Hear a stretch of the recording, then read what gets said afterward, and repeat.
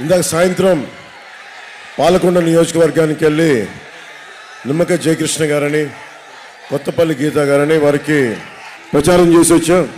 ఉత్తరాంధ్ర వైజాగ్ అన్న ఉత్తరాంధ్ర అన్న నాకు చాలా ప్రాణం, చాలా నటన ఇక్కడే ఓనామాలు దిద్దుకున్నాను.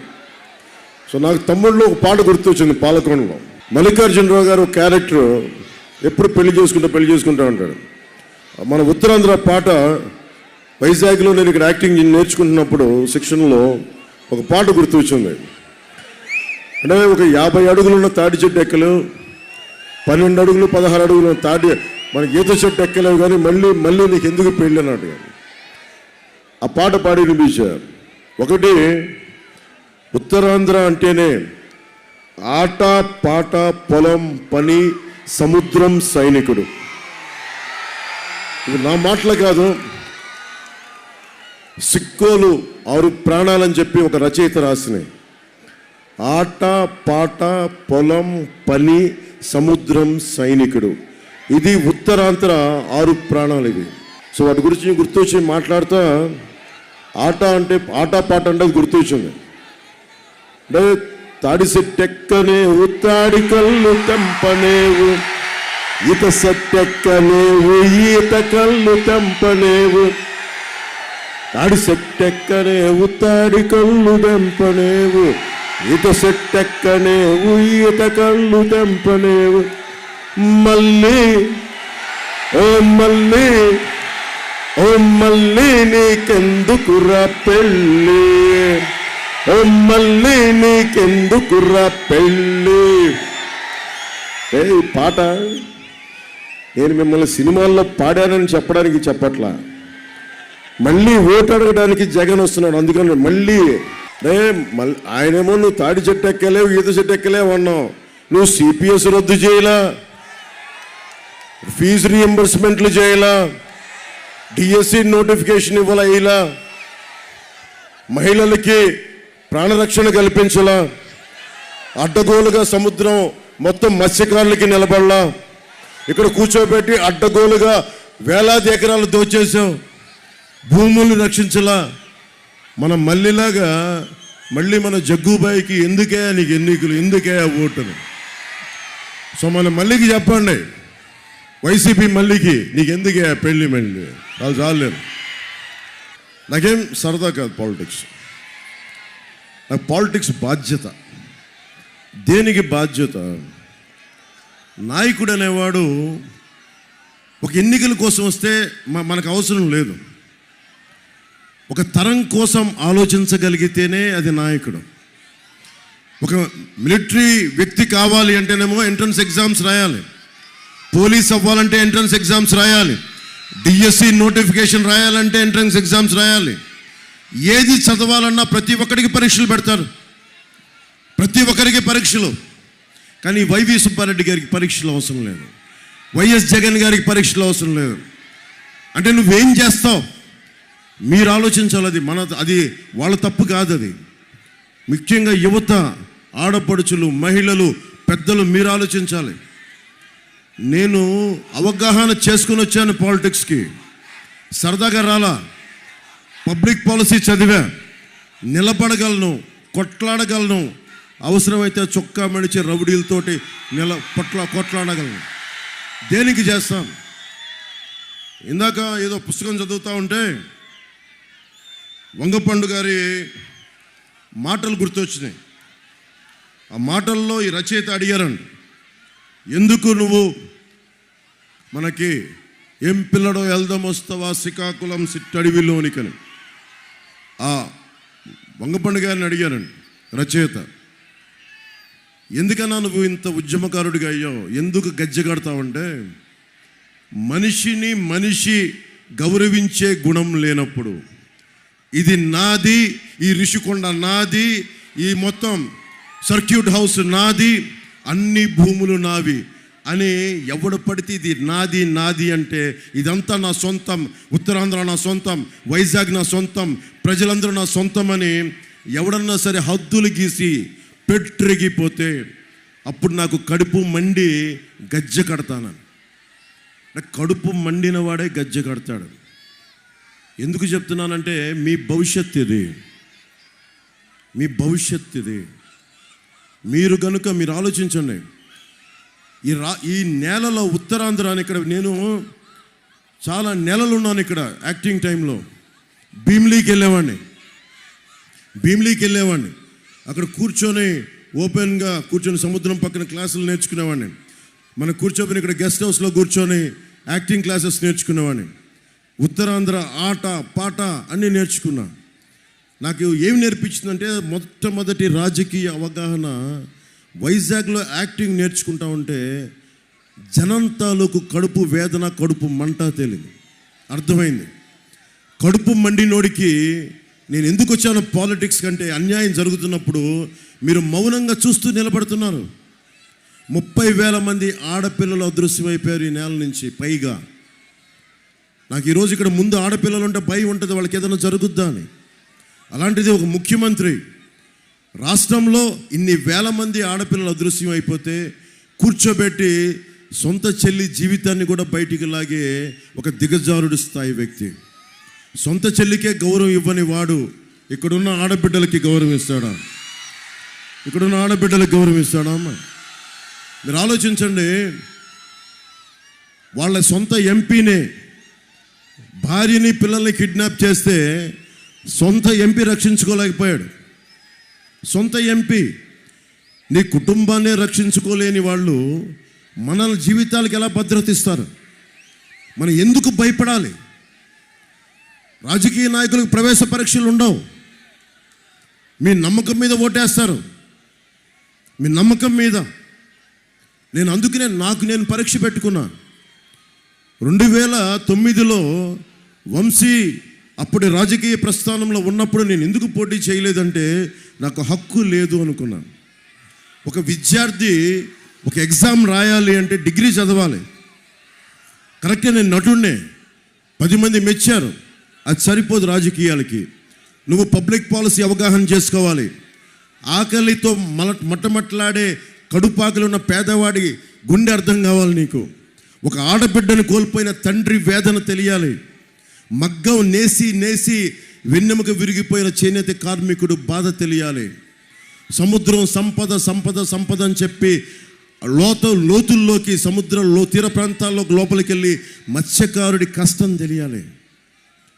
ఒక విద్యార్థి తాలూకు కష్టం తెలియాలి. ఒక పోలీస్ కానిస్టేబుల్ ఆ కాకి చొక్కా తడిచిపోయి ఉప్పు చారలు పట్టుకుంటే దాని తాలూకు స్వేదం తాలూకు కష్టం తెలియాలి. కండలు కరిగించి ఒక కార్మికుడి కష్టం తెలియాలి. ఓటమి తెలియాలి. రాజకీయ నాయకుడికి ఓటమి తెలియాలి. ముందస్తుగా ఏంటి ఓటమి తెలియాలి. నువ్వు వెళ్ళాలి. అందుకు దశాబ్దం నేను విధించుకున్న నాకు ట్రైనింగ్ గ్రౌండ్. ఓడిపోతే నేనేం బాధపడలా. గాజువాకలో ఓడిపోతే అస్సలు బాధ లేదు నాకు. ఎందుకు బాధ లేదంటే నేను ఇంకా నేర్చుకోవాలి అనుకున్నా. డబ్బులతో ముడిపడిన రాజకీయం అది కూడా నేను అనుకోవట్లా. సరిగ్గా కనుక ఒక సరైన నాయకుడు వచ్చి మీ గుండెలకు కనుక మంట అంటించాడా, మీ గుండెల్లో అగ్ని జ్వాలలు అంటించాడా, ఏ డబ్బు పనిచేయదు, ఏ ప్రలోభాలు పనిచేయవు, ఏ బిర్యానీలు పనిచేయవు, ఏ సర్కార్ సారా కూడా పనిచేయదు. కానీ గుండెలను అంటించగలిగే శక్తి ఉండాలంటే ఆ వ్యక్తికి లోపల అంత బలమైన బగ మండే జ్యోతి ఉండాలి లోపల. అది ఒక రోజులో రాదు. నిలబడాలి, నలగాలి. చంద్రబాబు గారు జైల్లో ఉన్నప్పుడు నాకేమి సరదా కాదు. ఇంతమంది అడగండి, ఇప్పుడు ఇంతమంది నాయకులు మాట్లాడారు. భరత్ గారు ఉన్నారు ఇక్కడే, పార్లమెంట్ అభ్యర్థిగా పోటీ చేస్తున్నారు. ఏ రాజకీయ పార్టీ అయినా సరే, జనసేననే కాదు, ఎవరైనా సరే, నా స్థానంలో వేరే ఏ పార్టీ ఉన్నా ఇంకొక పార్టీ నాయకుడు జైల్లో ఉంటే మీరెళ్ళి అదే భుజం మీరు ఇస్తారా? ఒకసారి మీరు ఆలోచించండి. ఎవరు ఇవ్వరు, ఇస్తారా? కానీ నేను ఎందుకు ఇచ్చానంటే నాకున్న బలం, జనసేనకున్న బలం, రోడ్ల మీద కొట్లాడే శక్తి ఉంది. రౌడీలు కూడా ఇప్పుడు మిథున్ రెడ్డి గారు, వైవి సుబ్బారెడ్డి గారు వీళ్ళందరూ భయపెట్టేస్తున్నారు. ఎంతమంది అండి వీళ్ళందరూ తిప్పి కొడితే? 4 ఉంటారా, 5 మంది ఉంటారా? వాళ్ళతో కూర్చొని ఇంకా పిచ్చిగా పెడితే 25,000 మంది గుండాలు ఉంటారా? మన శక్తి ముందు, ఒక్క జన సైనికుడి శక్తి ముందు ఇలాంటి వాళ్ళు దిగదొడు. అంటే ఎందుకు చెప్తున్నానంటే, దమ్మున్నోడు గనక నిలబడితే హ్యాండ్ఫుల్ ఆఫ్ పీపుల్ సరిగ్గా పిడికిలు బిగించి కరెక్ట్గా నాభి దగ్గర కొడితే ఒక్కడు మాట్లాడ్డాం, కిక్కురు మనకుండా కింద కూర్చుంటాడు. కిక్కురు మనకుండా. నేను ఎందుకున్నాను పాలిటిక్స్లో కంటే, నేను ఖుషీలో చెప్పా, పాడే, అది నా ఆవేదన. ఏ మేరా జహా, ఏ మేరా ఘర్, ఏ మేరా ఆసియా, ఏ మేరీ దునియా. రౌడీలు చెప్తాను, నీకు ఇక్కడేంట్రా పని, దరకాం క్యా హయ్యా, నీకేం పని ఇక్కడ? అదే మాట ఈరోజు అడగండి, రౌడీ ఎమ్మెల్యేలను అడగండి, పని చేయని ఎంపీలను అడగండి. అరే ఇది మా నేల, ఇది నా నేల, ఇది నాకు హక్కు ఉంది.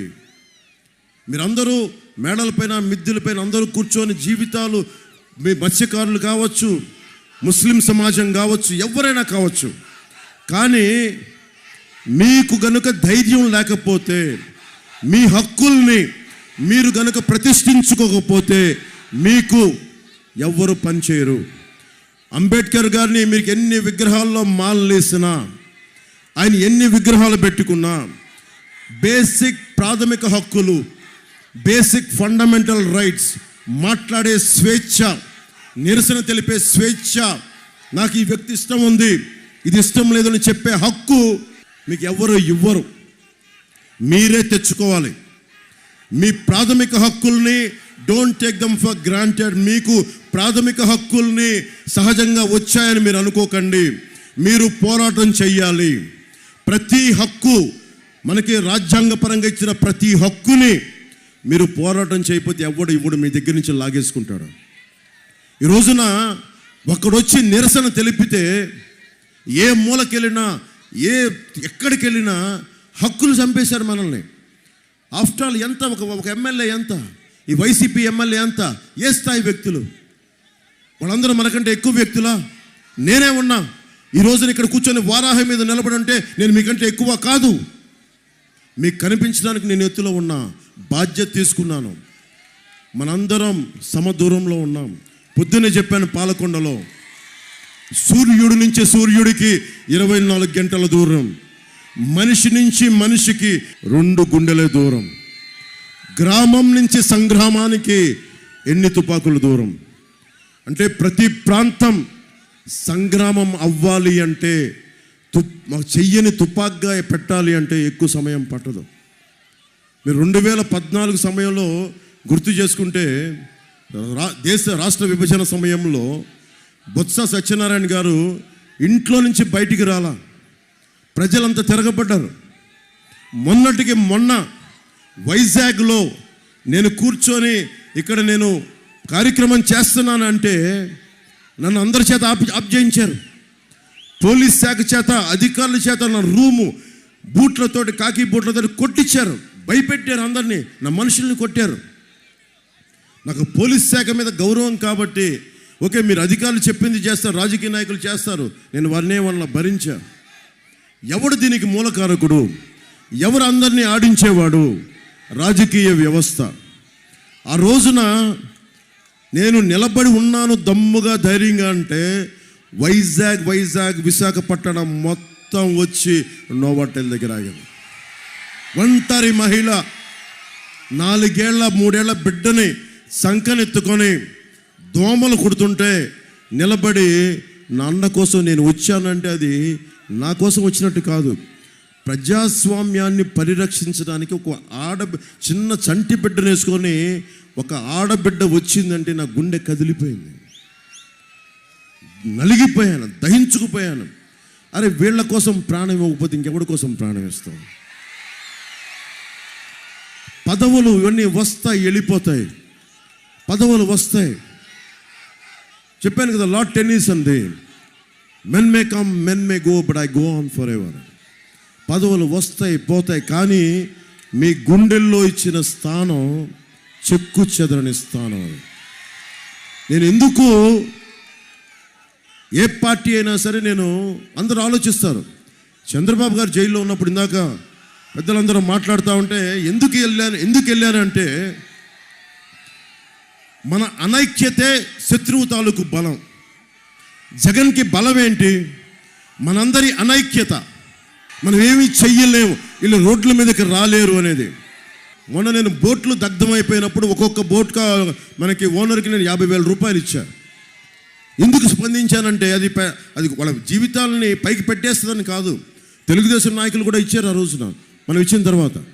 కానీ నేను ఎందుకు ఇచ్చానంటే కష్టం నీకు వచ్చినప్పుడు స్పందించే మనస్సు ఈ సమాజంలో ఇంకా బతికే ఉంది అని చెప్పడానికి. ఇది అలాంటిది తీసుకుంటే వాళ్ళని బెదిరిస్తాడు. పాపం వాళ్ళు చెప్తా ఉన్నారు ఆడపడుచులు ఆ రోజున, అన్న మమ్మల్ని రాత్రుల పూట యువకులు చెప్తా ఉన్నారు, మత్స్యకారు యువత చెప్తా ఉన్నారు, మమ్మల్ని భయపెడతా ఉన్నారు గుండాలు. ఒంటరి ఆడి మహిళలు వెళ్తుంటే మనకి ఇంటికి వెళ్ళాలంటే భయం వేస్తుంది ఆ పోర్ట్ ఏరియాలో, ఫిషింగ్ హార్బర్లో. నేను వాళ్ళకి ఒకటే చెప్పాను, మన ప్రభుత్వం రాగానే మీకు లా అండ్ ఆర్డర్ ఎంత బలంగా ఉంటుందంటే ఎవడన్నా సరే కన్నెత్తి చూసి ఒంటరి ఆడబిడ్డల్ని కానీ మహిళల్ని కానీ భయపెట్టాడు, ఇబ్బంది పెట్టాడు అంటే మీకు చూపిస్తాను ఆ రోజున. ఎందుకంటే నేను చాలా తెగించి వచ్చాను పాలిటిక్స్కి. మీరు ఊహించుకోండి, నేనేదో నటుడిని కాదు, నటన తీసుకోవాల్సి వచ్చింది నేను బతకడానికి. లేదంటే నేను ఒక సాయుధ పోరాట యోధుడిని వెళ్ళిపోయేవాడిని. బేసిక్గా నాయకత్వం అంటే ఒక ఎన్నికల కోసం కాదు. నాయకత్వం అంటే ఒక తరం కోసం ఆలోచన ఇవ్వడం. నేను ఎప్పుడు కూడా సినిమాలో ఉన్నప్పుడు ఒక్క ఫ్యాన్ క్లబ్ నేను పెట్టలా, ఒక్క సినిమా ఫంక్షన్ నేను కూర్చోబెట్టి నా సినిమా చూడమని నేను చెప్పలా. నేను చదువుకుంది నాని పాల్కి వాళ్ళని చదువుకున్నాను. నేను చదువుకుంది ఒక లోక్నాయక్ జయప్రకాష్ నారాయణ చదువుకున్నాను. అంబేద్కర్ గారు రచనలు చదివాను, వ్యాసాలు చదివా, history, social sciences, political history, biographies, సాధారణ మనిషి కష్టాలు ఎలా ఉంటాయో చదివా, ఒక నోమ్ చోమ్స్కీ చదివా. ఇంత అవగాహన చేసుకుని రోడ్ల మీద తిరిగితే అన్నిటికంటే కూడా గొప్ప పాఠం, ఉద్యానంలో అందరికీ నీడనిచ్చే చెట్ల మధ్యలో ఉండి వాళ్ళకి సంపద నీళ్లు కల్తీ అయిపోయి కిడ్నీ వ్యాధులు వస్తుంటే వాళ్ళ కష్టాన్ని చూసి చలించిపోయాడు. అందరం పక్కనే ఉన్నాం, వెళ్ళి మాట్లాడితే ఆ రోజున అదృష్టవశాత్తు చంద్రబాబు గారు కూడా కొంచెం ఆలోచించి బలమైన నిలబడే వ్యక్తి కాబట్టి పబ్లిక్ పాలసీకి ఆయన స్పందించారు. ఈ రోజుకి మనం తాగునీటికి ఇబ్బందులు పడతా ఉన్నాం, నీరు కల్తీ అయిపోయింది, సాగునీటికి సమస్యలు ఉన్నాయి. సముద్రం అనేది సంపద. విశాఖలో సముద్రం కానీ ఉత్తరాంధ్ర సముద్రం కానీ ఇది సంపద. ఈ సంపద ఒకప్పుడు బ్రిటిష్ వాళ్ళు మొత్తం వాళ్ళ నేవల్ ఫోర్స్ తోటి ప్రపంచాన్ని ఆక్యుపై చేశారు. సముద్రం అంటే సంపద. కానీ అలాంటి సముద్రం చెత్త కుప్పలా చేసేశారు అందరూ. మనకి పరిశ్రమల్లోని వ్యర్థాలు అన్ని సముద్రంలోకి వదిలేస్తారు, శుద్ధి చేయరు. కాలుష్యం ఉంది, బూడిద వచ్చేస్తుంది, ఎవ్వరు పట్టించుకోరు. ఏదైనా మాట్లాడితే ఎవరికి సమయం లేదు. ఒక ప్రమాదం జరిగినప్పుడు, ఒక ఎల్జీ పాలిమర్ జరిగినప్పుడు బయటకు వస్తాం, విషవాయువులు వచ్చినప్పుడు బయటకు వస్తాం. నాకు కూడా చిరాకు ఉంది నా మీద. నేను ఒక రోడ్ల మీదకి వచ్చి మాట్లాడగలను, చేయగలను. కానీ నిజంగా నేను అసెంబ్లీలో ఫస్ట్ టైం ఎప్పుడు రిగ్రెట్ అయ్యానంటే, నన్ను గాజువాకలో గెలిపించున్నా, భీమవరంలో గెలిపించున్నా, అరే మన పాలిమర్స్ విషయంలో, ఎల్జీ పాలిమర్స్ విషయంలో గొంతు వినిపించేవాడిని. ఫీజు రీఎంబర్స్మెంట్లు రాలేదే, అరే యువత తాలూకు వేదనని వినిపించేవాడిని. అరే మత్స్యకారులకి సరైన భృతి ఇవ్వలేదు, అది వినిపించేవాడిని. వాళ్ళకి వలలు, బోట్లు కూర్చొని ఏమి ఇవ్వాలి అది వినిపించేవాడిని. రైతులకి మద్దతు ధర లేదు, అది వినిపించేవాడిని. 30,000 మంది పైచిలకు ఆడబిడ్డలు అదృశ్యమైపోతే వచ్చి ఒక్కొక్కరిని ఒక్క ఎమ్మెల్యేగా ఉన్న 151 మందిని చొక్కా పట్టుకొని నిలదీసేవాడిని అసెంబ్లీలో. అలా అనిపించింది. నేను ఈరోజు జస్ట్ కూటమికో లేదంటే జగన్ను ఓడించడానికో రాలా, మన భవిష్యత్తుకి బంగారు బాట వేయటానికి వచ్చాను నేను. ఈరోజు నేను దాదాపు 6 మంది అభ్యర్థులు ఉన్నారు, భరత్ గారితో సహా, వంశీకృష్ణ యాదవ్ గారితో సహా అందరూ అభ్యర్థులు నిలబడి ఉన్నారు ఇక్కడ 6 మంది. నేను మీకు మాటిస్తున్నా, నేను పని చేస్తా, అందరి చేత పని చేయిస్తా. ఇక్కడ ఉన్న వాళ్ళు ఎవరో కూడా కూర్చొని సంపదని సంపాదించడానికి రాలా. బలమైన ప్రభుత్వాన్ని, బాధ్యత గల ప్రభుత్వాన్ని ఇవ్వడానికి ప్రతి ఒక్కరూ నిలబడి ఉన్నారు. గతంలో మీకు ఇట్లా ఉండొచ్చు, అలా ఉండొచ్చు అనుకోవచ్చేమో, కానీ ఈసారి లీడ్ చేస్తుంది ప్రధానమంత్రి గారు.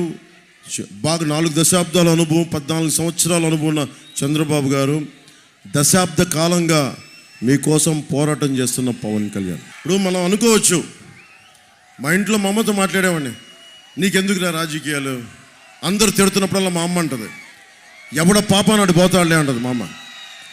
నేనంటాను, ఎవడి పాప నాడు పోతే కూర్చోబెట్టి ఒక లోక్నాయక్ జయప్రకాష్ నారాయణ రావాల్సిన అవసరం లేదు, ఎమర్జెన్సీ కోసం నిలబడాల్సిన అవసరం లేదు, ఒక వీరనారి గున్నమ్మ రావాల్సిన అవసరం లేదు, ఎవరు రావాల్సిన అవసరం లేదు, కృష్ణుడు కురుక్షేత్రం చేయాల్సిన అవసరం లేదు. మన భవిష్యత్తు మనమే నిర్మాణం చేసుకోవాలి, మన బాధ్యత మనమే తీసుకోవాలి. అంతేగాని ఎవడ వచ్చి మన బతుకుల్ని, మన తలరాతల్ని రాయుడు, మన తలరాతలు మనమే రాసుకోవాలి.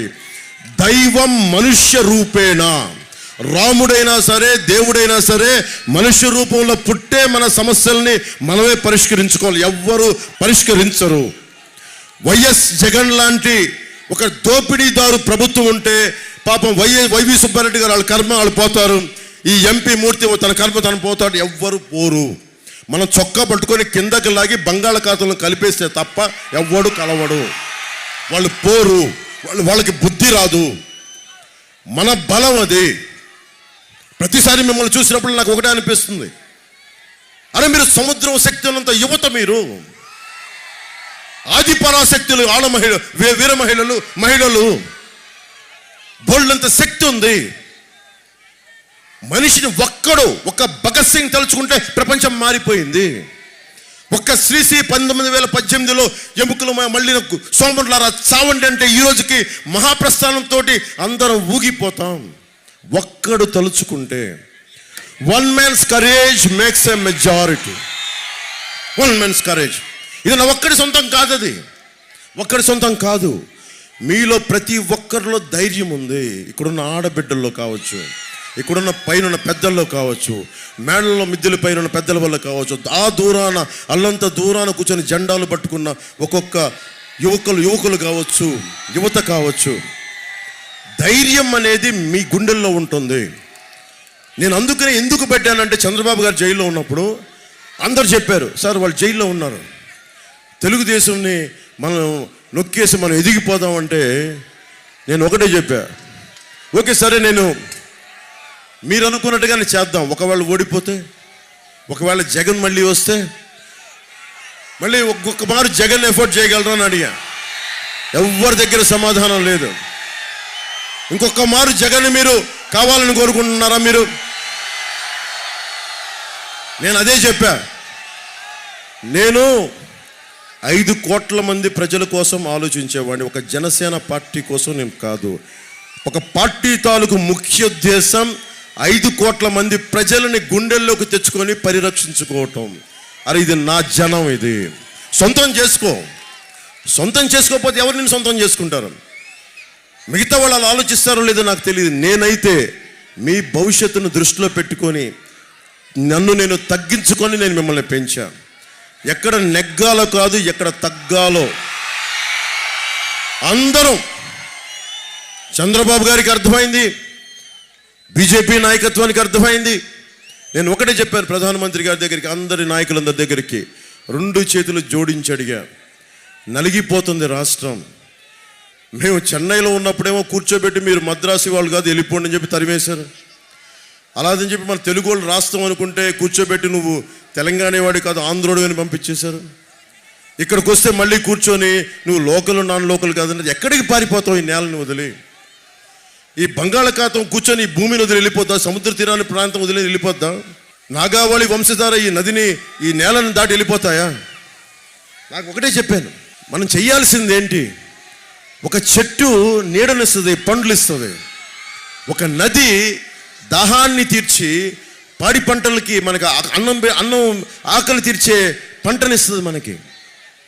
నిజంగా ప్రజాక్షేమం ఆలోచించేవాడు ఎవడైనా సరే, అరే ఏమైపోతారు మనం అందరం కలెక్టివ్గా ఉండకపోతే, ఒక కులానికి కాదు, ఒక మతానికి కాదు, ఒక ప్రాంతానికి కాదు, అందరం కలిసికట్టుగా ఉండకపోతే అందరం నాశనం అయిపోతాం.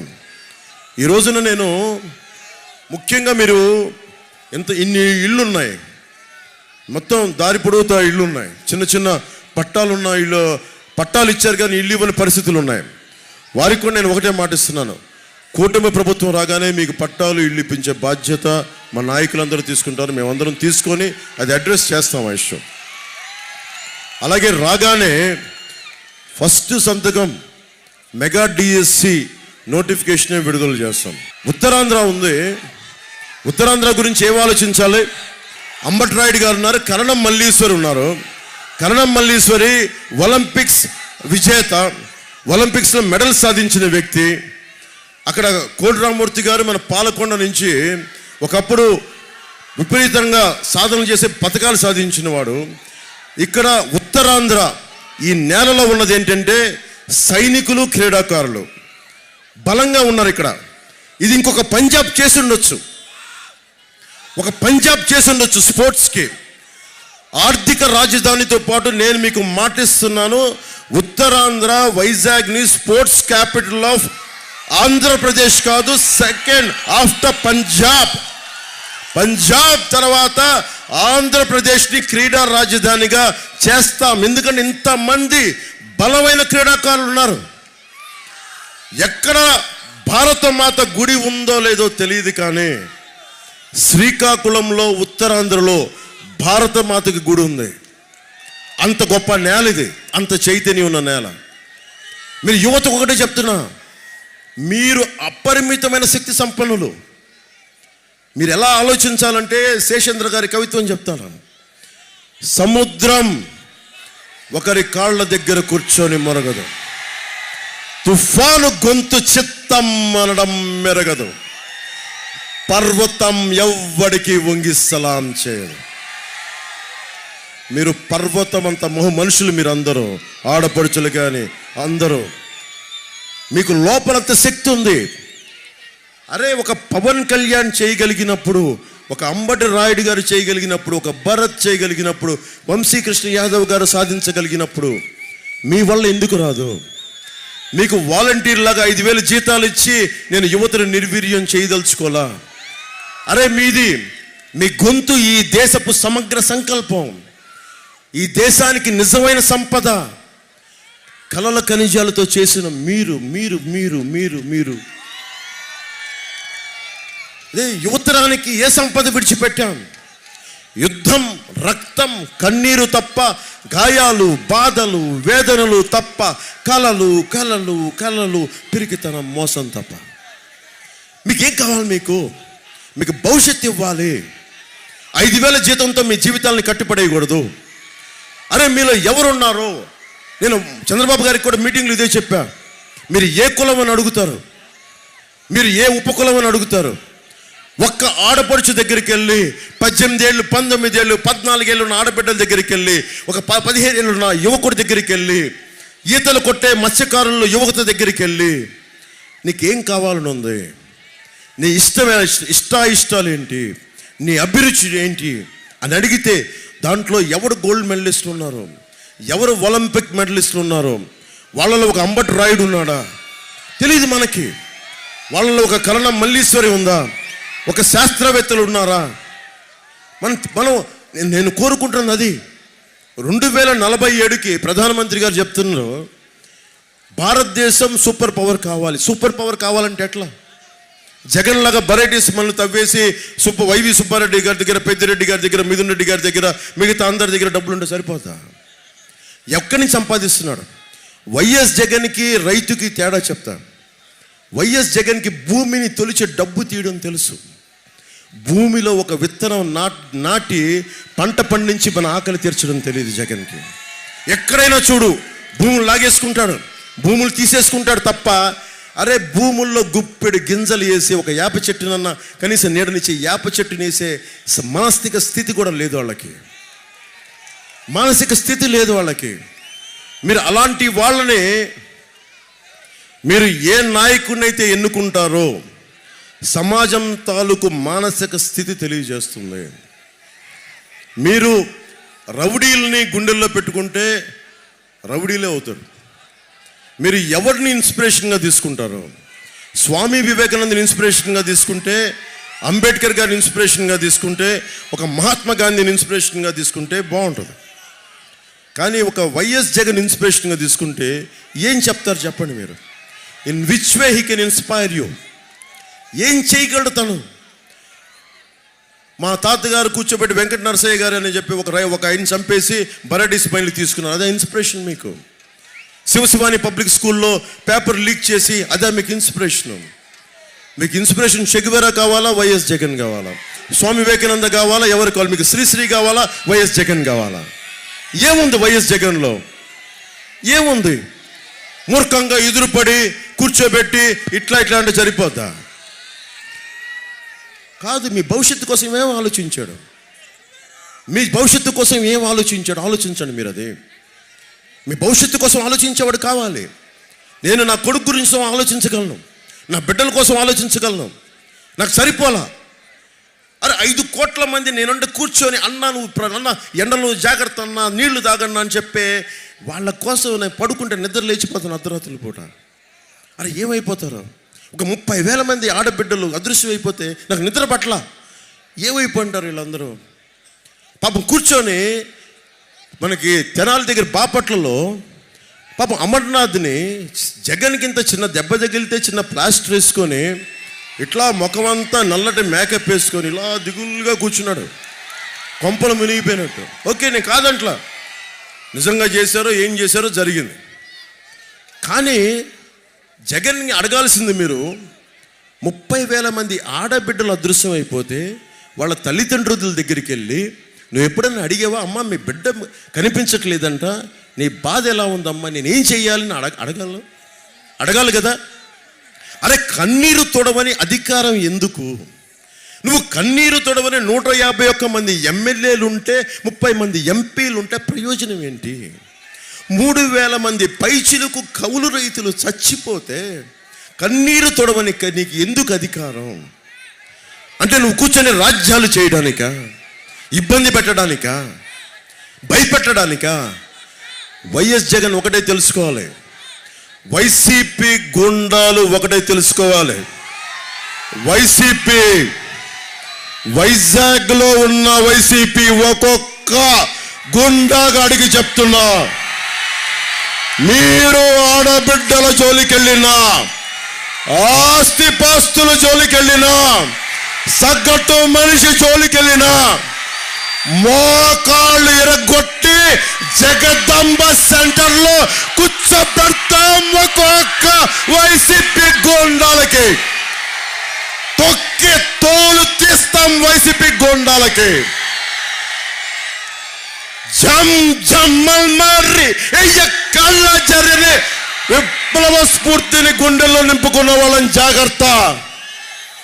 రౌడీలు అవసరం లేదు మాకు, తొక్కి నార తీస్తాం. గుండాగాళ్ళందరికీ చెప్తున్నాం.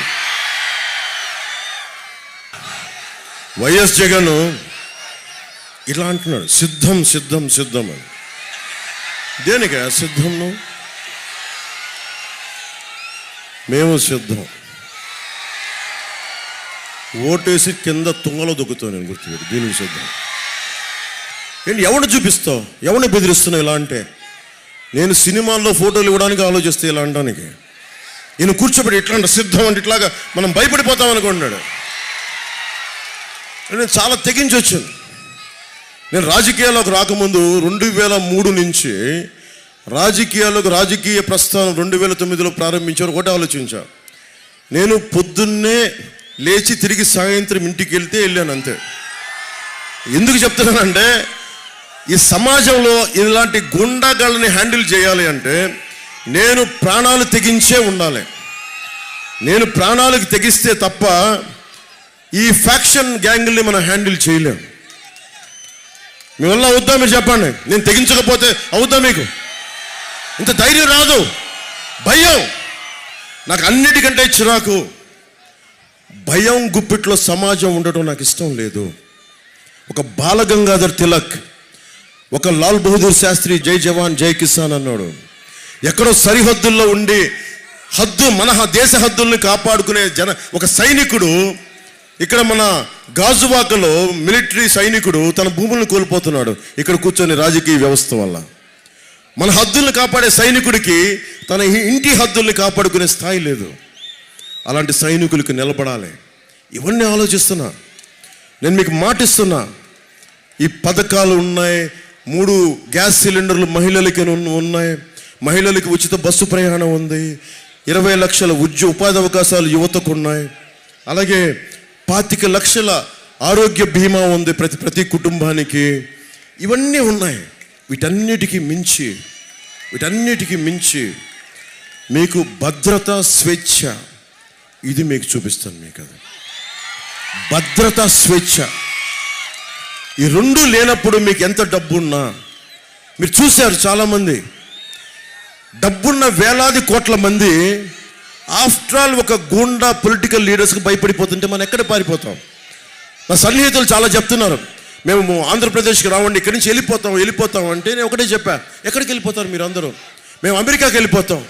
ఓకే, మాకు అమెరికాలో బంధువులు ఉన్నారు, సంతోషం. అక్కడేమో బ్లాక్ లైవ్స్ మ్యాటర్ అంటున్నారు, మళ్ళీ ఇంకో ప్యానల్గా వైట్ లైవ్స్ మ్యాటర్ అంటున్నారు. మన బ్రౌన్ లైవ్స్కి where does it matter to them? In which way does it matter to them? మనం ఎక్కడికి పారిపోలే, మనం భారతీయులం. ఇది మన నేల, మన ఆంధ్ర, మన తెలుగు.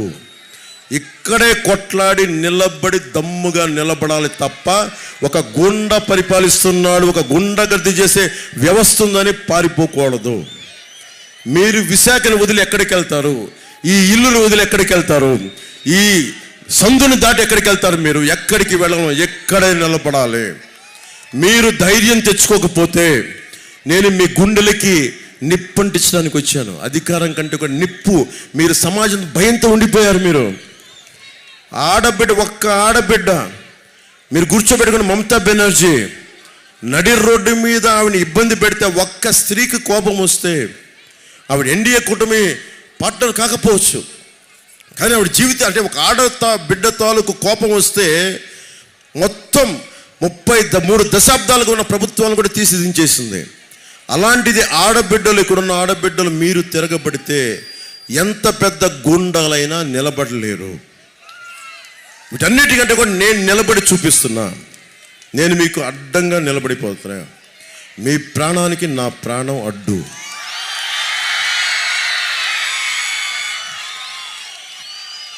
సముద్రాన్ని చెత్త చేశాడు. కాలుష్యం గురించి చెప్తా ఉన్నారు. కాలుష్య నియంత్రణ మండలి ఏం చేస్తుంది? మన కనీసం బాధ్యత కదా. స్వచ్ఛమైన గాలి, స్వచ్ఛమైన నీరు, అభివృద్ధి కావాలి. మన అభివృద్ధి కోసం మీరు ఎల్జీ పాలిమర్స్ చూశారు. ఎల్జీ పాలిమర్స్లో చంటి బిడ్డలు పడిపోతుంటే గుండె ద్రవించుకుపోయింది నాకు. ఎవడు మాట్లాడతాడు? పరిశ్రమల దగ్గరికి వెళ్ళి మాట్లాడాలి కదా. కాలుష్య నియంత్రణ మండలి ఏం చేస్తుంది? చేతులు కట్టుకొని కూర్చుందా? మీ బాధ్యత కాదా? కలెక్టర్ల బాధ్యత కాదా? కాలుష్య నియంత్రణ మండలి బాధ్యత కాదా? ఇష్టానికి పరిశ్రమలు ఇచ్చారు కాదు, అభివృద్ధి కావాలి, ఉపాధి కావాలి, ఉద్యోగాలు కావాలి. కానీ కాలుష్య నియంత్రణ మండలి ఏం చేస్తుంది? మీరు వెళ్ళి ఊడిగం చేయడానికా?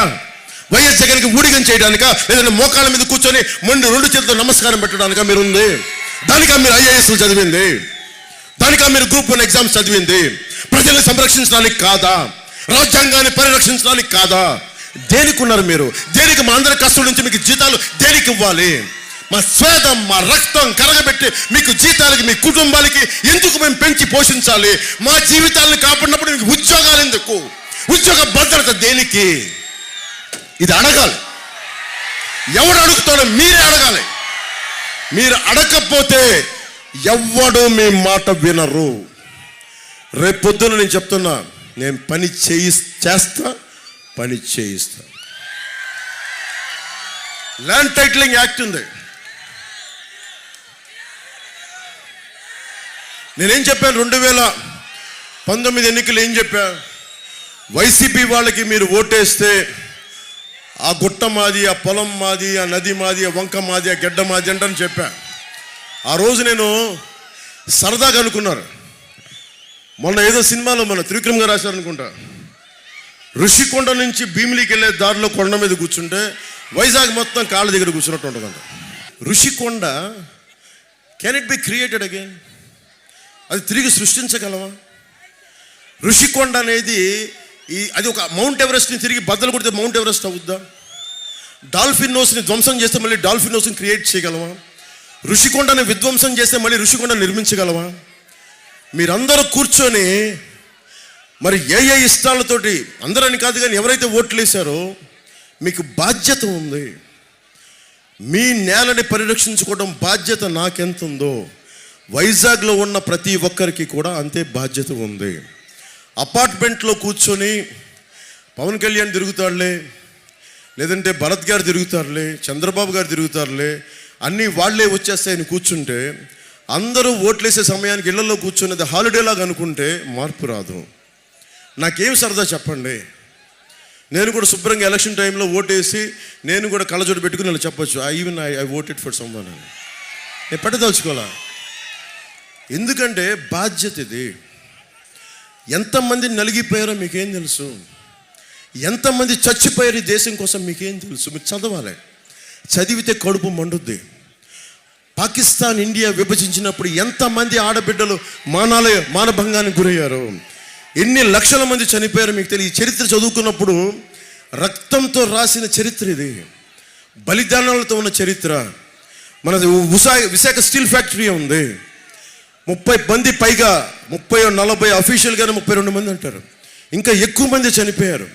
ఈరోజు వేలాది మంది ఉపాధి చేయడానికి దొరకడానికి 30 మంది పైగా బలిదానాలు చనిపోయారు, నిండు ప్రాణాలు పోయినాయి. సో మీరు ఏది కూడా ఎవరో వస్తారు, ఎవరో ఏదో చేస్తారు. మీరు చేయాల్సిందల్లా మార్పు కోసం మేమందరం నిలబడి ఉన్నాం, ప్రభుత్వాన్ని తీసుకొస్తాం. మీరు చేయాల్సిందల్లా మీ చిన్నపాటి అసౌకర్యం, ఓటింగ్ రోజున మీరు బయటికి వచ్చి నా బాధ్యత ఇది. అందరూ రోడ్ల మీద తిరుగు, ఇంత మండుటి ఎండలో 47 డిగ్రీల్లో నేను నీడను కూర్చొని ఉండొచ్చు, సుఖంగా ఉండొచ్చు. ఎందుకు బయటికి వస్తామంటే నా నేల కోసం. పడుకున్నప్పుడు రాత్రుల పూట నా ముఖంలో నా మనసు నేను చూసుకున్నప్పుడు, చూసుకున్నప్పుడు నాకు తప్పు అనిపించదు. ఓటమో గెలుపో నేను నిలబడి ఉన్నా. మీరు కూడా చేయాల్సింది ఈ నేల కోసం మీరు నిలబడాలి. మీకోసం మనం నిలబడాల్సిందే, మా కోసం కాదు. బట్ నేను ఎందుకు మాకు ఓటేయాలి, కూటమికి ఓటేయాలి అంటే, మీరు ఒక్క ఛాన్స్ అని అందరిని అడిగేశారు జగన్. ఒక ఛాన్స్ ఇచ్చేశారు, సిపిఎస్ ఇవ్వలేదు, ఫీజు రీయింబర్స్మెంట్లు చేయలే, 30,000 మంది ఆడబిడ్డలు అదృశ్యం అయిపోయారు. మనకి సకాలానికి జీతాలు రావు, టీఏలు రావు, డిఏలు రావు, సరెండర్ లీవ్స్ రావు. మత్స్యకారులకి ఇవి మనకి ఏ పథకాలు ఇవ్వలేదు, సరిగ్గా ఇవ్వలేదు. 8,000 కోట్లు పంచాయతీలకు ఇవ్వాల్సింది దారి మళ్లించేశాడు. మద్యపాన నిషేధం విధిస్తానని చెప్పి 41,000 కోట్ల రూపాయలు మద్యంలో సంపాదించాడు. మనందరికీ డిజిటలైజేషన్ అని చెప్పి తనేమో క్యాష్లో పెట్టుకున్నాడు మన సారా కోట్లన్నిటికీ. 40,000 కోట్ల కూర్చొని ఇసుకలోనే సంపాదించాడు. మన సంపద కదా, ప్రకృతి ఒకటి సంపద, ఒకటి సొత్త. వైవి సుబ్బారెడ్డి సొత్త, బంగాళాఖాతం జగన్ రెడ్డి సొత్త, ఎవరిది ఇదంతా? ప్రకృతి అంతా అందరి సమస్తం, అందరి సొంతం. ఇది ఓన్లీ మనం అందరం రాజకీయ నాయకులు ఎందుకు ఎన్నుకుంటాం, రాజకీయ పార్టీలు ఎందుకుంటామంటే నువ్వు రెగ్యులేట్ చేసి నువ్వు ఇవ్వు అందరికీ అని పంచి బాధ్యత ఇవ్వడం. ఒక బ్యాంకులో మనం మన అకౌంట్ ఓపెన్ చేసి మనం డబ్బులు పెట్టుకున్నట్టే తప్ప దోచేయమని కాదు. ఇది మీరు ఆలోచించి మీ భవిష్యత్తుని వేసుకోవడానికి మీరు ఆలోచించి, నా మాటలు ప్రతి స్పీచ్ చూడండి, నాది 10 సంవత్సరాలు నా ప్రయాణాన్ని చూడండి. నేను మీ భవిష్యత్తు కోసం తప్ప, నాకు నిజంగా ఈ నేలకి సేవ చేయడం తప్ప పదవి వస్తుందో రాదో తెలియదు, నాకు గెలుస్తానో లేదో తెలియదు, ఏ అధికారం వస్తుందో లేదో తెలియదు. కానీ ఎందుకు చేస్తున్నానంటే నాకు నా నేల మీద ఉన్న ప్రేమతో పాటు బాధ్యత. ఎందుకంటే నేను లాల్ బహదూర్ శాస్త్రిని చూశాను, వల్లభాయ్ పటేల్ని చూశాను, లోక్నాయక్ జయప్రకాష్ నారాయణ చూశాను. ఎంతోమంది కార్గిల్ వార్లో, సర్జికల్ స్ట్రైక్స్లో చనిపోయే సైనికులను చూశాను. మనం ఏం చేస్తున్నాం? వెళ్ళి కూర్చొని మన పార్టీలు ఓకే పబ్బులో వెళ్ళొచ్చు, తాకూడదని నేను కాదంట్లా, అన్ని సరదాలు వినోదాలతో పాటు సామాజిక బాధ్యత కూడా ఉంది. సినిమాలు, షికార్లు, హుషార్లు అన్నీ ఉండాలి. But above all that we have a social responsibility and it is our patriotic duty to serve our land and our nation. ఇది ఫండమెంటల్ రెస్పాన్సిబిలిటీ. అందరం హక్కులు అడుగుతాం, ఇది నా హక్కు అంటాం. హక్కుల కంటే ముందు బాధ్యతలు కూడా ఉంటాయి. ఫండమెంటల్ రెస్పాన్సిబిలిటీస్తో పాటు మనకి ఫండమెంటల్ రైట్స్తో పాటు ఫండమెంటల్ రెస్పాన్సిబిలిటీస్ కూడా ఉంటాయి. హక్కులతో పాటు బాధ్యతలు కలిసి ఉంటాయి. ఇవన్నీ ఆలోచించుకోండి. స్వేచ్ఛ ఇవ్వబడదు, స్వేచ్ఛ కోసం పోరాటం చేయాలి. దయచేసి ఇది మీరు మనసులో పెట్టుకోండి. జగన్ ఇక్కడ సౌత్లో ఇస్లామిక్ సమాజం, ముస్లిం సమాజం ఉంది కాబట్టి మీకు ఏం చేశాడో చెప్తాను. ఇస్లామిక్ బ్యాంక్ ఏర్పాటు అని చెప్పాడు, మాట తప్పాడు. మైనారిటీలకు 5 లక్షలు ఉచిత రుణం అన్నాడు, మాట తప్పాడు. మాట్లాడితే మడం తిప్పనంటాడు కానీ మాట తప్పుతూ ఉంటాడు. ఇక్కడ ఏవైతే మీకు పాలసీలు ఉన్నాయో అవన్నీ కూర్చోబెట్టి మాకు చెప్తుంటాడు. బీజేపీకి ఎయ్యిద్దు అంటాడు. తను వెళ్ళి అక్కడ కూర్చోబెట్టి అన్ని రకాలుగా సౌకర్యంగా ఉంటాడు. నేను అందరికీ చెప్తున్నా, ముస్లిం సమాజానికి చెప్తున్నా, మీకు కష్టం వస్తే నేను వస్తాం. మిమ్మల్ని ప్రత్యేకంగా కూర్చోబెట్టి వేరేలా చూడం. కాకపోతే ఏంటంటే నాకు ఓట్ బ్యాంక్ పాలిటిక్స్ తెలియదు. I follow only constitutional guide lines. రాజ్యాంగాన్ని, విధులనే ఒక ఆ ఫ్రేమ్వర్క్నే చూస్తాం. చట్టాలకి నేను గౌరవం ఇస్తాను. అలాగే రంజాన్ తోఫా రద్దు చేశాడు. షాదీ తోఫా కింద పేద ముస్లిం యువతుల వివాహానికి లక్షిస్తానని చెప్పి గత ఎన్నికల ముందు హామీ ఇచ్చాడు, అది ఇవ్వలేదు. మైనారిటీ కార్పొరేషన్ రుణాలు తీసేశాడు, ఆపేశాడు. స్కూల్కి వెళ్ళే మైనారిటీ విద్యార్థులకి ఏటా 5,000 ఇచ్చేవారు, ఆపేశాడు. మొత్తం ఉర్దూ భాషకి ప్రయారిటీ ఇస్తామన్నాడు, చేయలేదు. మస్జిద్లో ఉండే ఇమాములకి వేతనాలు ఇస్తానన్నాడు, ఇవ్వలేదు. ఇది కూటమి నిర్ణయం తీసుకుంది. ముస్లిం మైనారిటీల సంక్షేమానికి మీకు అండగా ఉండే పెన్షన్ ఉంటుంది. ఈద్గాలకి, కబ్రస్థాన్లకి స్థలాలు కేటాయించడం, విజయవాడ సమీపంలో హాజ్ హౌస్ కట్టడం, నూర్ భాషా కార్పొరేషన్కి ఏటా 100 కోట్లు కేటాయించడం, దుల్హన్ పథకానికి కొనసాగింపుగా ₹1,00,000 అందించడం, మైనారిటీ కార్పొరేషన్ ద్వారా 5 లక్షల వడ్డీ లేని రుణాలు, అలాగే గౌరవ వేతనాలు ఇవ్వడాలు, అర్హత ఉన్న ఇమాముల్ని కాజీలుగా నియమించడం, మస్జిదుల నిర్వహణ కోసం అవసరమైనంత ఆర్థిక సహాయం చేయడం. అలాగే మత్స్యకారులు గుజరాత్ తర్వాత అత్యంత లాంగెస్ట్ ఒక తీర ప్రాంతం ఉంది మనకి. అలాంటి నేను మత్స్యకారులు చెప్తున్నాను, 70 లక్షల మత్స్యకార కుటుంబాల హక్కుల్ని కాలరాస్తే ఇచ్చాడు GO 217. నేను ఆ GO 217ని మనకి కూర్చొని 2గా ముక్కలు చించేశాను, మేము ఖాతరు చెయ్యమని చెప్పి. అలాగే ఈ సీఎం పాలసీ కూడా కూర్చోబెట్టి సంవత్సరంలో భీమిలి షిప్పింగ్ హార్బర్ అని చెప్పి 5 సంవత్సరాలు మర్చిపోయాడు. గంగవరం పోర్టు మత్స్యకారుల సమస్యను మర్చిపోయాడు. గంగవరం పోర్టు స్టేట్ తాలూకు వాటాను అమ్మేశాడు. అలాగే 50,000 చొప్పున నేను సహాయం అందిస్తుంటే దాన్ని బెదిరించాడు, అది తీసుకోవద్దని. వేటకి వెళ్ళే మత్స్యకారులకి కార్డు లేదని చెప్పి ఇన్సూరెన్స్ లేకుండా చేశారు. నేను ఇవన్నీ దృష్టిలో పెట్టుకొని చెప్తాను, మీకు 20,000 ఆర్థిక సాయం కూటమి ప్రభుత్వం నుంచి ఉంటుంది. వీటన్నిటికంటే కూడా ఎక్కడైతే అవసరం ఉన్నాయో జట్టీలు, ఆ జట్టీలని నిర్మించే బాధ్యత కూటమి ప్రభుత్వం తీసుకుంటుంది. ఎందుకంటే మత్స్య సంపద, నేను చెప్తున్నాను, మన రాజీవ్ సర్దేశాయ్ అనే ఒక సీనియర్ జర్నలిస్ట్ అడిగారు, మీ ఆంధ్రాకి ఏంటి అంటే ఆంధ్ర ఫిష్ కర్రీ అని చెప్పారు. అందరం చేపల కర్రీ తినాలని మత్స్యకారుడు వెళ్ళి సముద్రం లోతులకి వెళ్తే కష్టపడి వలేసి పడితే తప్ప చేప రాదు. అలాంటి కష్టాన్ని ఆంధ్రప్రదేశ్కి ఇచ్చిన మత్స్యకారులందరికీ నేను మీలో ఒకడిని, మీ కష్టాన్ని గుర్తించేవాడిని. నేను నిలబడతాను మీకోసం. మాటలు మేనిఫెస్టోలో ఉన్నదానికంటే కూడా గుండెల్లో ఉన్నది ఎక్కువ. దశాబ్దం ఏమీ లేకుండా ఉన్నా మీకోసం నిలబడతాను. ఎందుకంటే సంపద మీకు బోట్లు కొనుక్కునే సత్తా ఉండాలి. ఎంతసేపు కూర్చొని మీకు 10,000 పెన్షన్ ఇస్తాం, ఇది ఒక్కటే సరిపోదు నాకు. మీరు ఎంటర్ప్రెన్యూర్స్ కావాలి, మీ దగ్గర డబ్బు ఉండాలి, మీ దగ్గర 10 మందికి ఇవ్వగలిగే సత్తా ఉండాలి, 10 మందికి ఉపాధి అవకాశం కల్పించే సత్తా ఉండాలి. ఆ బాధ్యత నేను వ్యక్తిగతంగా మీ మనిషినే తీసుకుంటాను. అలాగే నా రెల్లి సోదరులకి చెప్తా ఉన్నాను, నేను మిమ్మల్ని గుండెల్లో పెట్టుకొని చూస్తాను, నేను మిమ్మల్ని మీకోసం వస్తాను. ఎస్సీ ముఖ్యంగా సమాజానికి యువతకి 27 పథకాలు తీసేశాడు. అంబేద్కర్ విదేశీ విద్యాన్ని కాస్త జగన్ విదేశీ విద్యా విధానం అయింది. అది తీసేసి తిరిగి దాన్ని అంబేద్కర్ విదేశీ విద్యా విధానం కింద పెడతాం. అంబేద్కర్ గారి స్ఫూర్తిని గౌరవిస్తాం, వారి గౌరవాన్ని ఇనుమడింపు చేస్తాం.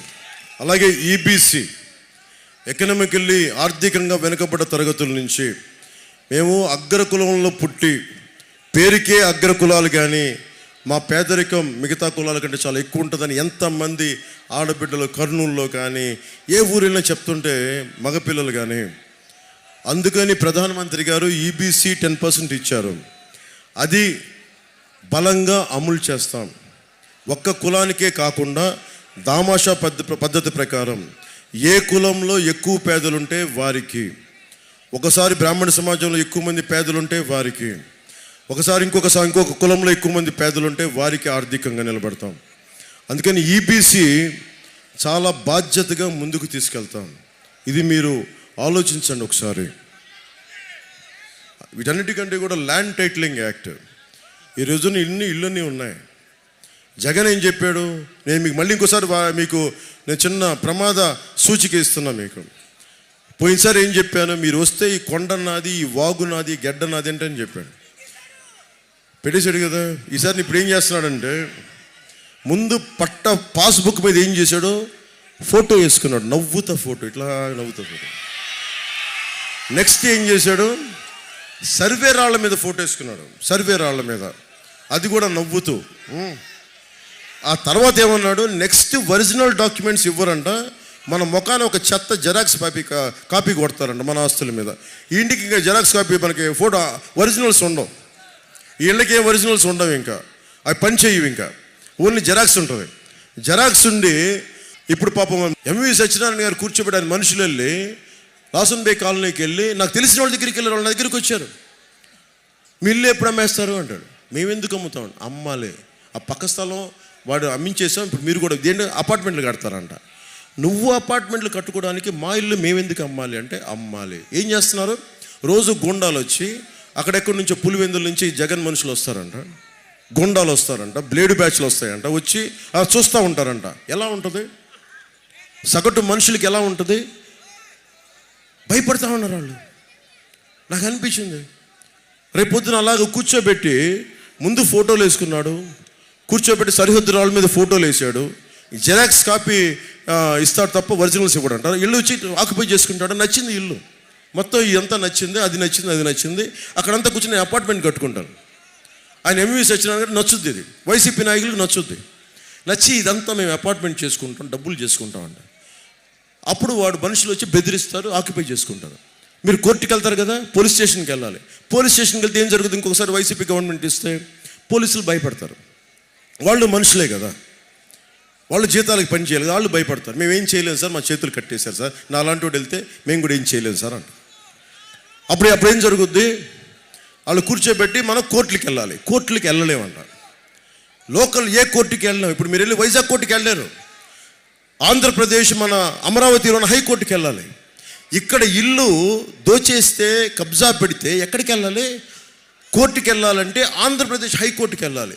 లేదంటే ఇక్కడ రెవెన్యూ ఆఫీస్లోనే కూర్చొని వాడు కూర్చోబెట్టి సెటిల్ చేస్తాడు. రెవెన్యూ ఆఫీసరు వాడు ఒక వైసీపీ మనిషి అయితే మన మాట ఏమింటాడు. అందుకని మీరు గనక వైసీపీకి, నా సంగతేగా చెప్పట్లా, కూటమి మద్దతుదారులు చెప్పట్లా, వైసీపీ వాళ్ళకే చెప్తున్నా, మీరు గనక వైసీపీకి ఓటేస్తే మీ ఆస్తులు గాల్లో దీపం లాంటిదే, ఎగిరిపోతాయి ఆస్తులు, గుర్తుపెట్టుకోండి. నేను 2019లో చెప్పా, చాలా జాగ్రత్త. నేను ఒకడైతే పెట్టుకున్నా, నా ప్రాణాలను తెగించి నేను ఇక్కడికి వచ్చా. మీరు చూశారు నన్ను ఎంత ఇబ్బంది పెట్టారు వైజాగ్లో. మిగతా నగర ప్రజలకి తెలియదో లేదో కానీ మీకు తెలుసు నన్ను ఎంత ఇబ్బంది పెట్టారో, మీకు తెలుసు ఎంత బెదిరించారో తెలుసు. ఒక ఐపీఎస్ అధికారి కూర్చోబెట్టి నన్ను కూర్చోమంటాడు. అరే నా ఫండమెంటల్ రైట్, అది నా ప్రాథమిక హక్కు. అది నా కోసం ప్రజలు బయటకు వచ్చినప్పుడు నమస్కారానికి ప్రతి నమస్కారం చేయడం సంస్కారం, అది నా హక్కు. అది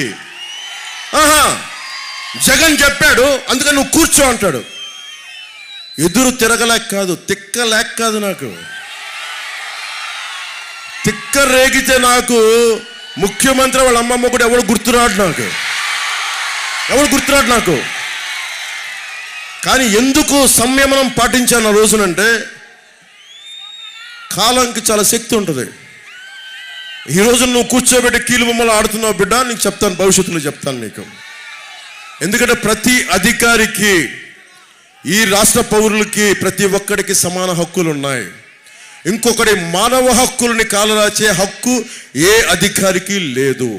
మేము తప్పైతే క్షమాపణ అడుగుతాను, 2 చేతులు ఎత్తే. తప్పు కానప్పుడు అదే చేపెట్టి లాగోడు కొట్టగాను, అది కూడా గుర్తుపెట్టుకోండి. ఎందుకంటే మనం స్వేచ్ఛ భద్రత ఈ 2 ఉన్నప్పుడే ఏదైనా సాధించగలం. అందుకని ఇది నేను ఆ భావోద్వేగంతో ఇవ్వట్లేదు, చాలా ఆలోచించమని చెప్తున్నా. మిగతా నియోజకవర్గాల్లాగా ఇది విశాఖ అందరినీ కూర్చోబెట్టి చెప్తున్నా. మీరు ఆలోచించండి. అపార్ట్మెంట్స్లో ఉన్న వాళ్ళు కూడా ఎలక్షన్ రోజున బయటికి రండి, ఈ ప్రభుత్వాన్ని, వైసీపీ ప్రభుత్వాన్ని బంగాళాఖాతంలో తొక్కేయండి, నలిపేయండి. 33వ వార్డు అని చెప్పి రకరకాల అన్ని వార్డులో భూ సమస్యలు ఉన్నాయి. భూ సమస్యలన్నిటికీ నేను కూర్చోబెట్టి ఒక్క సమస్య కోసం రాలా. ఎవడు వైజాగ్లో అడ్డగోలుగా భూమిని ఆక్యుపై చేసుకున్నా, అమాయకులు సామాన్యులు భూమి అడ్డగోలుగా ఆక్యుపై చేసుకున్నా, నేను మీకు మాటిస్తున్నా, మేము ప్రత్యేకమైన కమిషన్ని నేను దగ్గరుండి సెటప్ చేయిస్తాను, నేను పెట్టిస్తాను, నేను మాట్లాడతాను, నేను పని చేయిస్తా. అందరికీ నాయకులు చంద్రబాబు గారికి కూడా చెప్తాం, అన్కాంప్రమైజింగ్గా చేస్తాం మేము. అందుకని మీ ఆశీస్సులు ఆలోచించండి. భవిష్యత్తు మీరు ఏదో ఈ ఒక మీటింగ్లో కాదు, ఒక నెక్స్ట్ 20 yearsని ఆలోచించుకునే ఓటేయండి. మీ అందరికీ మనస్ఫూర్తిగా ధన్యవాదాలు తెలుపుకుంటూ, ఇంత ప్రేమతోటి, ఇంత సహనంతో మీరందరూ విన్నందుకు, మీ విలువైన సమయాన్ని వెచ్చించినందుకు మీ అందరికీ నేనున్నది 5 కోట్ల మంది ప్రజలని సంరక్షించడానికి, మీ ఆస్తుల్ని పరిరక్షించడానికి, మీకు స్వేచ్ఛ భద్రతని ఇవ్వడానికి. భరత్ గారు ఉన్నారు, బలంగా నిలబడే వ్యక్తి. నేను ఇదే అడుగుతున్నాను, భరత్ గారి కోసం ఓటు అడుగుతున్నా. నేను పని చేస్తా, మన పనులుంటే ఆయన చేత పని కూడా చేయిస్తాను, గుర్తుపెట్టుకోండి. వంశీకృష్ణ యాదవ్ గారు ఉన్నారు, మన గాజు గ్లాస్ గుర్తు మీద పోటీ చేస్తున్నారు. ఆయన చేత కూడా మీకు బలంగా పని చేయిస్తాం. అలాగే వైజాగ్ నార్త్ నుంచి విష్ణుకుమార్ రాజు గారు ఉన్నారు, వారు కూడా అంతే మనస్ఫూర్తిగా ఆయన చేత కూడా పని చేయిస్తాం. అలాగే వెలగపూడి రామకృష్ణ బాబు గారు ఉన్నారు, వైజాగ్ ఈస్ట్ నుంచి మనకి టీడీపీ గుర్తు మీద చేస్తూ ఉన్నారు. గాజువాక నుంచి పల్లా శ్రీనివాసరావు గారు పోటీ చేస్తూ ఉన్నారు. అలాగే గన్నబాబు గారు వైజాగ్ వెస్ట్ నుంచి పోటీ చేస్తూ ఉన్నారు, టీడీపీ గుర్తు మీద, సైకిల్ గుర్తు మీద. సో మీ అందరికీ నేను ప్రత్యేకంగా ధన్యవాదాలు తెలుపుకుంటూ, మీ భవిష్యత్తుకి మాది బాధ్యత. మీరు మీ భవిష్యత్తు కోసం ఆలోచించి ఓటేయమని కోరుకుంటూ సెలవు తీసుకుంటున్నాను. ఇంత బలంగా ఉన్న మీ అందరికీ ఆయురారోగ్యాలు కలగాలని, ఈ వేసవిలో మీరు తగు జాగ్రత్తలు తీసుకోండి, మీరు ఆరోగ్యంగా ఉండాలని కోరుకుంటూ, మీ భవిష్యత్తు బాగుండాలని కోరుకుంటూ, మీ బిడ్డలు అద్భుతంగా ఉండాలని కోరుకుంటూ, ఆడబిడ్డలందరూ ఇంత నలిగిపోయారు, మీకు 2 చేతుల మీకు నమస్కరిస్తూ, మీ భవిష్యత్తు కోసం మేము పనిచేస్తామని తెలియజేసుకుంటూ, మత్స్యకార సోదరులకి, ముస్లిం సోదరులకి, బీసీ సోదరులకి, ఎస్సీ ఎస్టీ అగ్ర కులాల సోదరులందరికీ కూడా, కులాలకి మతాలకి ప్రాంతాలకి అతీతంగా ప్రతి ఒక్కరికి, మా మీడియా సన్నిహితులకి, మా మీడియా మిత్రులకి, గవర్నమెంట్ ఎంప్లాయీస్కి అందరికీ పేరున ధన్యవాదాలు తెలుపుకుంటూ, మాకు అవకాశాన్ని ఇచ్చిన మీ అందరికీ ధన్యవాదాలు తెలుపుకుంటూ సెలవు తీసుకుంటున్నాను. జై టీడీపీ, జై బీజేపీ, జై జనసేన. జై హింద్.